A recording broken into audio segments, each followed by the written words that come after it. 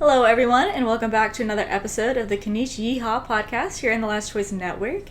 I am Natalie. And I'm Jared. And on today's episode, we wanted to talk about shipping and fanfiction within the anime fan community. Right. Right. So I think we first want to start with fanfiction. So, Jared, what is fanfiction? Right. So fanfiction is whenever there's already an existing media, so be it an IP, a setting, characters, and then typically amateurs use those to make their own stories. Mm-hmm. So you could use just the setting of a place. You could use like the same characters, as long as it's typically copyrighted things. Yeah, and I would say it's also mostly characters. It is mostly characters. Like using the same setting, like that can be a thing, but mostly it's using the same characters. Right. At least, I mean, yeah, I'd say that's probably it. Yeah. Mm-hmm. Because I know that there are like completely like OC original characters. Yeah. Like stories that people write, Mm-hmm. but I really, at least from ones that I imagine are like more widespread, it's mostly just already existing characters. Right. And then put into different scenarios. Mm-hmm. And fanfiction actually really isn't new. So if you go by the definition that I gave, fanfiction is really old. So before copyright, authors would even publish works that used characters from famous media, like Shakespeare and Sherlock Holmes specifically. Mm-hmm. And so they would take these characters, these already well-known characters, and make it into their own stories. And they would even like publish those and, get paid for those. That's definitely something that you can't do now. Yes. But when it comes to like what we know as fan fiction now, it's, in the grand scheme of things, kind of new. Mm-hmm. So at least for America, it started around the 80s. It made its first big boom of like being well recognized around the 60s. I said 80s, but 60s. Right.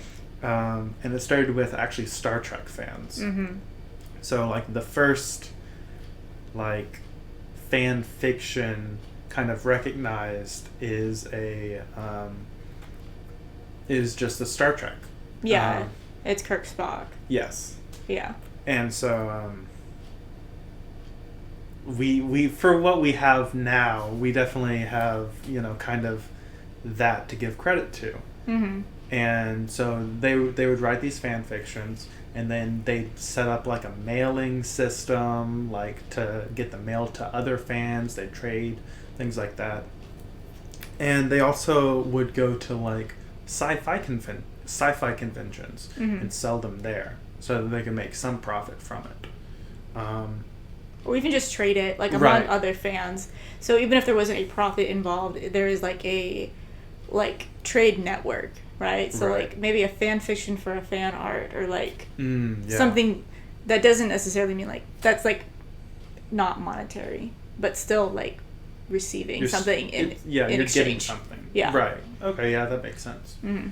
Because I mean, even now there are like art exchanges and things like that people do, and it is mostly women. Mm-hmm. It was mostly women that did it. Yeah.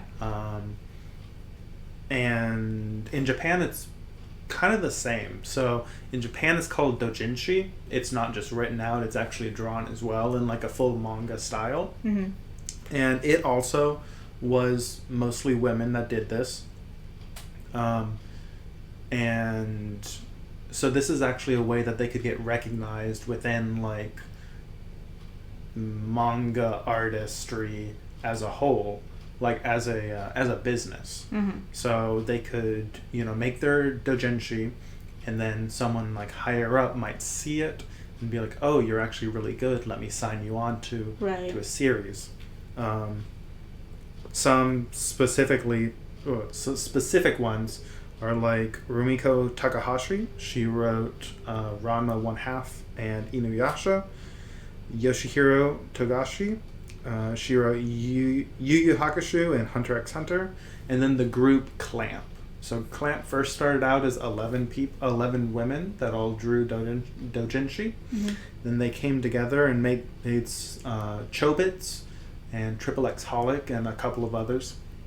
So like these are pretty big name like manga. Right. Not like now they are.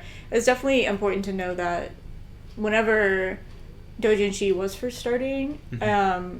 It really was a way for women to even just show that they had talent Right. in anime and manga drawing, because like most things back in the day, women weren't really in the industry or let into the industry, so to speak. So the fact that they still had a way to be recognized even by like actual animation studios and then hired from there Right. it was pretty cool. Yeah. Yeah. And then, like I said earlier about how, like, in America, they would go to, like, sci-fi conventions to sell. So, these doujinshi artists actually banded together and made their own convention. It's called Comiket. Mm-hmm.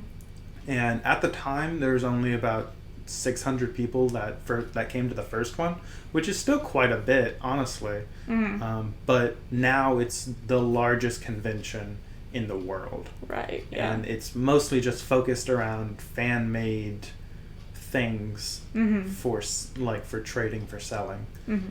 And because of this, we now have conventions in like America and things like that. And so there's a big part of like anime culture that, like, if it weren't for these women pioneering this subculture of anime, Like fan creation. Yeah, of fan creation, yeah. Yeah. Then we really wouldn't have anime like we do now in America. Yeah, we wouldn't have the convention culture. Right. Where I mean, a huge part of going to conventions is not necessarily to see.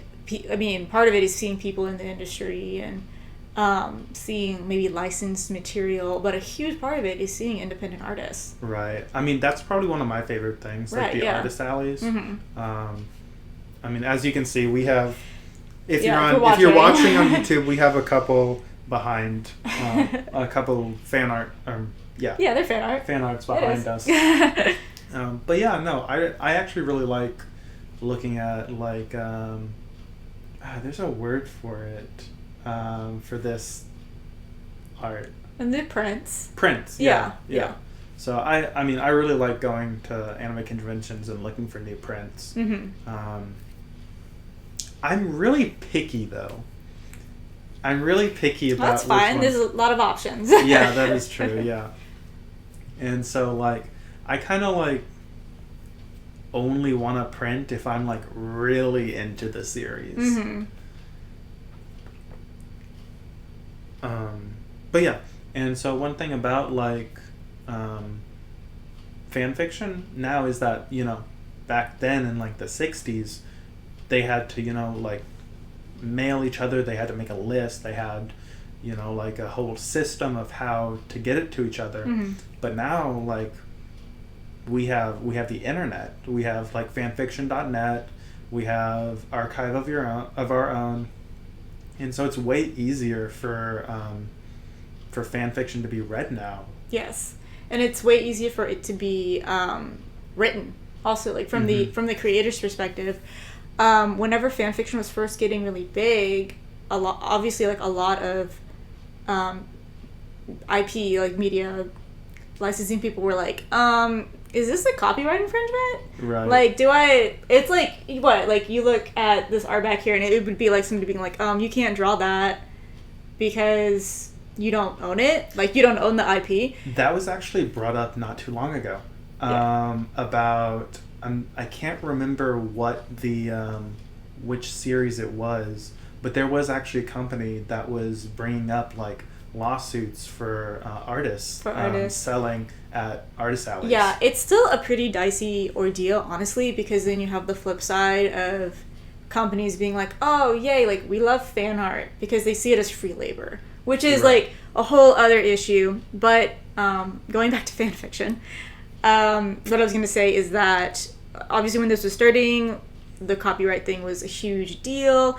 There were a lot of separate cases, things. Basically, if you were to post something online, there's a possibility it could have been taken down if it like breached some sort of thing. I don't know the Right. term for it, some sort of law. It could have been like just taken down, and then all your work was lost, and that would suck. But with sites nowadays, especially, I know for sure AO3 Archive of Our Own, they have worked very hard to make sure that if you post something on Archive of Our Own, it will not be taken down. It will not violate copyright. It is a protected fan work. They have lawyers. They're a nonprofit, and it really is a website that's like made by fans for fans. So we've definitely come a long way as far as even just having spaces that are like safe to share fan creation. Right. And I think that's super cool and honestly really important because, I mean, especially for like in Japan, like this is a way for people to get into the industry, and that's kind of becoming more of a thing now in America as well. Yeah. I mean, look at 50 Shades of Grey. I mean, that started out as a fan fiction that was reworked to be an original work. Yeah, and that definitely is more common than I think people might realize. Because I think that 50 Shades of Grey was just a really big one because of the content that was in it. But for example, I was reading a fan fiction for something, and when I got to the final chapter, the author put a note on it that said, "Hey guys, I'm actually about to take this down, like off of the internet, because I am sending this to my agent to be reworked into an actual novel." So obviously, as a fan fiction, they're gonna have to change all the characters' names and maybe a couple of like plot points. Right. But like, they have the potential to become like a published author now. And like, I mean, their fan fiction was really good, so I think that they definitely deserve it. Right. Yeah. Right. And I mean, that's super cool. Like getting an opportunity just for doing something that you did for fun. I mean, personally, I'm not really into fan fiction. Yes, which I think is weird. I don't know what it is, but I just like am not really into things that aren't canon. Like, I have a hard time like enjoying it, I guess. I mean, excuse me, but as kind of like a far out example, so with Homestuck, so you had the initial Homestuck that was, you know, mostly directed and written by Andrew Hussey. There's now like an epilogue, like Homestuck 2, that it's not written by him, and so I haven't even like gone anywhere near it because it's just like I just have no desire to do it, to read it. I mean, I don't know, it's kind of weird. Yeah. Because I do, if it's not canon, I kind of don't have a desire to read it. Yeah, I am definitely not that way. I love reading fan fiction. I think it's so fun. Especially stories that are very outside of the content themselves. So stuff that is like alternate universe or like things like that. Like things that are like everything is a different setting. It's just always the same character. Well, we were talking about this. It's mostly the same characters. And I just think it's really fun to see, like, you have, like, it's like fan fiction has created its own genres now. Yeah. Like, within itself, and I would say that most of those genres you don't super see outside of fan fiction, which is, like, fan fiction is indulgent. Yeah. So, and that's what I think is just so fun about it. I think I know what it is. So, I don't really trust people that are, like, not the original creator, to get the characters right. Oh yes, and there's definitely some fan fictions out there. I mean, like I guess have like monkey brain or something because I'll just be entertained. But I also recognize whenever there's a fan fiction and the characters are out of character, and maybe things are just so ridiculous that like of course like it wouldn't be canon, you know? Like there are definitely fan fictions out there like their purpose is not to try and be canon. It's just to kind of have fun with characters that are already established and a lot of people already like them. Right, and I can understand that. It's just maybe I just haven't found the right fan fiction. I haven't really looked super hard. There's a lot of bad ones. I mean, that's fair, and there's also a lot of good ones, but it definitely takes time to look through them. Right. And you brought up earlier like genres of fan fiction, and I think we kind of have to point out probably the biggest genre, which is romance. Yes. And shipping. So if you don't know, shipping is when you take two or more characters, because there are love triangles. Yes. That is also a big part of shipping. If you take two or more characters and you put them in a relationship. So whether they're in the relationship already in canon, it doesn't really matter. Right. I would say. Which I actually would almost say that more often they're not canon. More often than not, they're not canon. Because fan fiction is indulgent. Right. So obviously, like, if the point is we want to imagine a relationship, we're gonna probably pick one that we don't see in canon. Right. To write.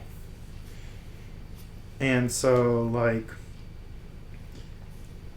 I mean, yeah, ships are, as long as there's been anime, there's probably been ships. Yeah. And I'd say probably the absolute biggest one that started it all is going to be Evangelion.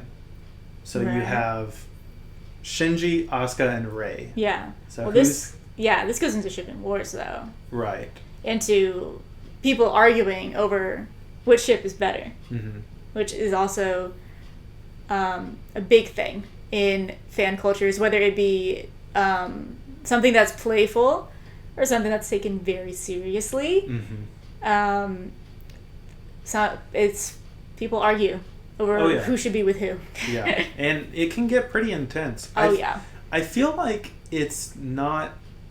I don't know if I'm just not in the right or if I'm just not in the circle of shipping wars anymore, but I don't really see it as much anymore. I feel like I'm trying to remember when the last time I saw something like that. Well, we've seen some talk of quote unquote problematic ships. Right. Which people will argue over. Okay, yeah, that's true. That's something that people fight over. Yeah, which with that the ships, yeah. The one that comes to mind is Bakugo and Deku. Right. So that's one that I remember that they're like, oh, you can't ship them because it's toxic. Yeah. I don't know anything about My Hero, so I can't give my input on that. Right. But I mean, I hear chatter, I guess is the best way to put it. I hear chatter on Twitter mostly when I mean even with Star Wars. With Star Wars, that was a really big one semi-recently, right? Rey and Kylo. Yes, Rey and Kylo Ren. Okay, so that's another one where people fight over it, and some people think it's really toxic, and some people love it. Once again, I have not consumed it. I am not giving an opinion on which one is right. Yeah, you can. It's a little I can kind of see both sides, and I think it's also that they kind of forced it into the movie. It's.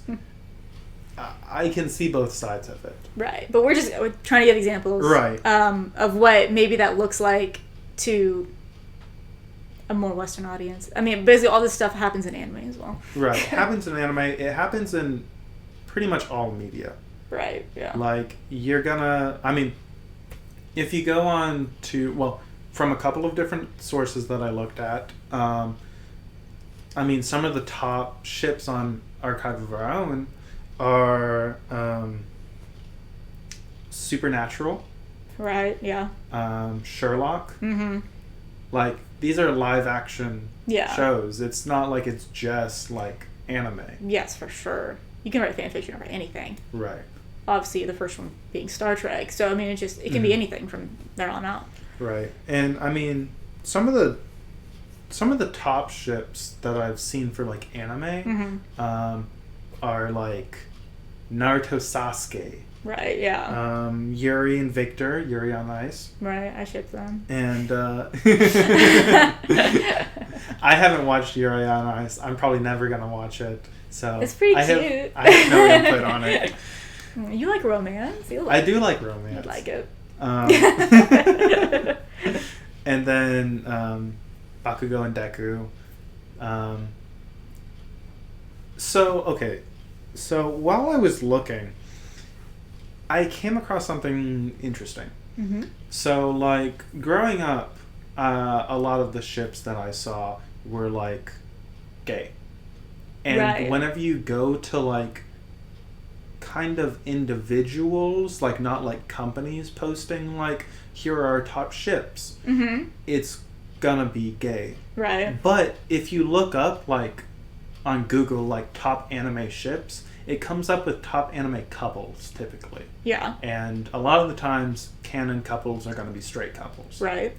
And so it's interesting to see, like, the disparity between, like, okay, these are, like, the top ships, couples, like, canon, right. I guess. Because, like, there's a website specifically for, like, top ships of the season. Of the season, yeah. Right. And so those are basically all, like, canon straight couples. Yes, or if they're not canon, it's a romance anime, and the romantic tension is already there. Right. They're set up to be together. Right. You know? Yeah. But if you look at what people are actually making, it's mostly yaoi, which is gay, yuri, lesbian, yeah. Or it's mostly yaoi. Like, yes, it is mostly yaoi. Like, huge percentage is mostly yaoi. Like, if you look up, gay, I looked up top doujinshi, and it's like mostly yaoi. Yes, and I wanted to, on that note, because it is mostly women who make fan fiction, wanted to say that it is not like they're not doing it for the sake of queer representation. They're not doing it to create representation. They're not doing it as a political action. It is indulgent still.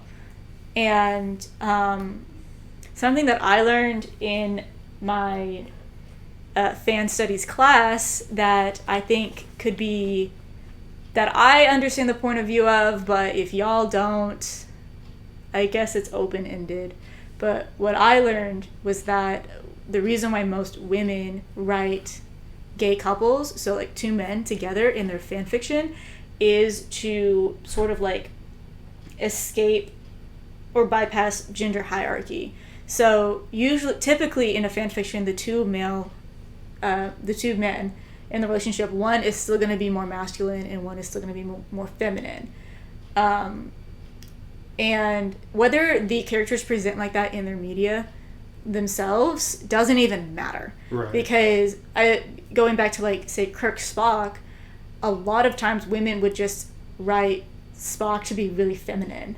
But, I mean, I've seen Star Trek. I wouldn't exactly say that Spock is a feminine person. Yeah. You know what I mean? So, like, that doesn't matter.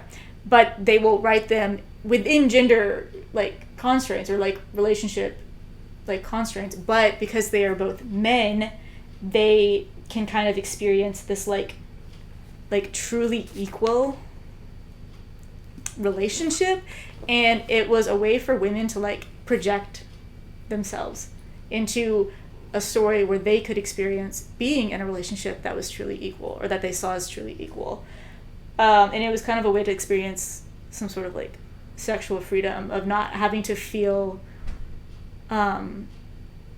as I don't want to say not feel dominated, because obviously, like, if you're still writing in, gender constructs, like masculinity and femininity, there is still some sort of, like, domination happening. But because it was two men, they were seen as equals. And I think that's a really interesting point. I can see that being true.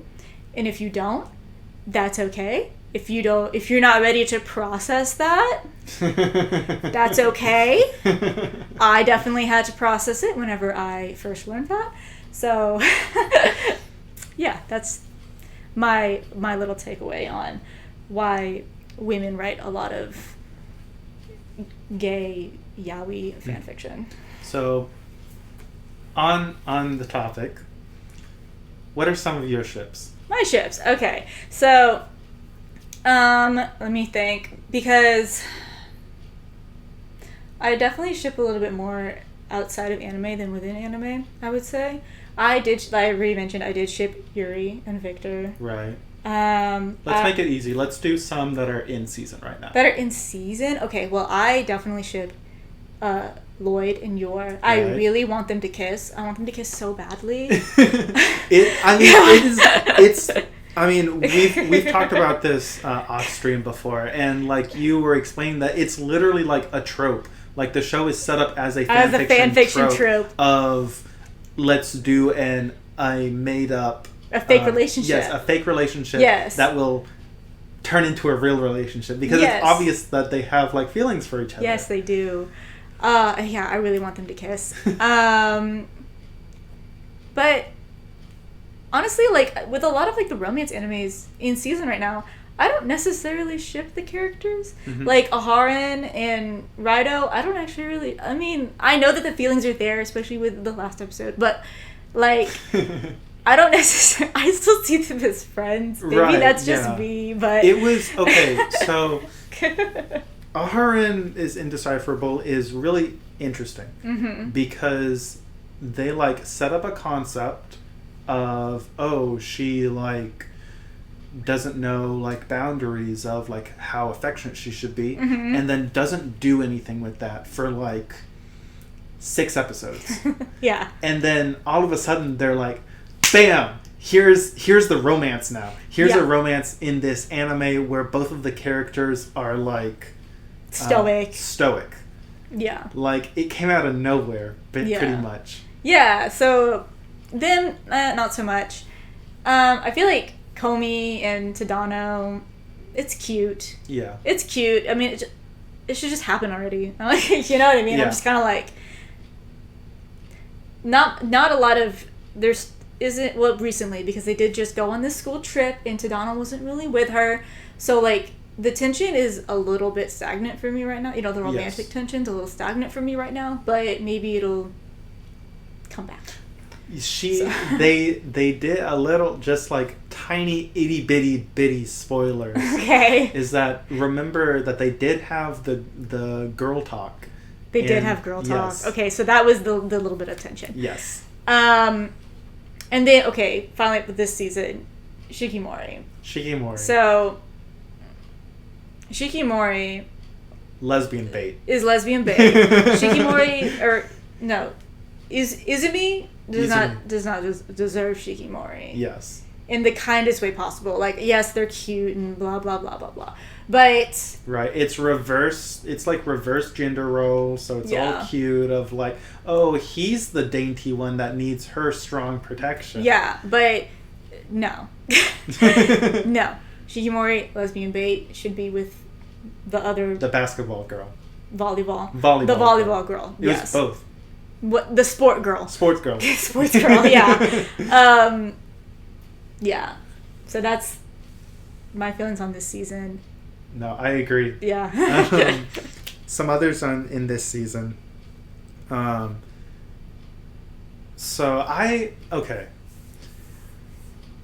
love romance anime. Right. Yeah. I love it so much. I love rooting on, like, characters in romance anime. Mm-hmm. But I really don't ship outside of romance anime. Like, whenever I'm watching, like, a show, like a non-romance show, I just don't really, like, it doesn't come into my head while I'm watching it. And, like, so I feel, like, kind of basic whenever, because I'm, like, my favorite, like, it took me a little while to, like, figure this out. Like, ooh, what characters do I ship? Because, like, I don't think like that when I'm watching shows. Other than, obviously, like, romance anime. So, like, Komi Tadano, it's cute. It's pretty good. Honestly, it's like the exact same thing happening for, like, 20 episodes. Yeah. And they are about to get into a new arc that introduces another character that creates a love triangle scenario. And then it actually gets interesting. But that's not going to be in this season. And I don't know if they have a third season set up yet. But that's when the show gets really good. And then a show that I have fallen in love with. It is so good. We've talked about this. I have a type. Right. Okay. Yes. I love tsunderes. Uh-huh. So if you don't know what a tsundere is, so there's different, like, archetypes of typically anime girls that are written, and one of them is a tsundere. So that basically means that they have, like, feelings for the character on the inside, but they don't really show it on the outside. So, like, they'll be, like, typically, like, teasing, mean. Yeah, they'll, like, refuse to show it. Right. Like, if it bubbles up, they gotta shut that down and they'll say something mean. Right. Yeah. And so, there is a show called Love is War.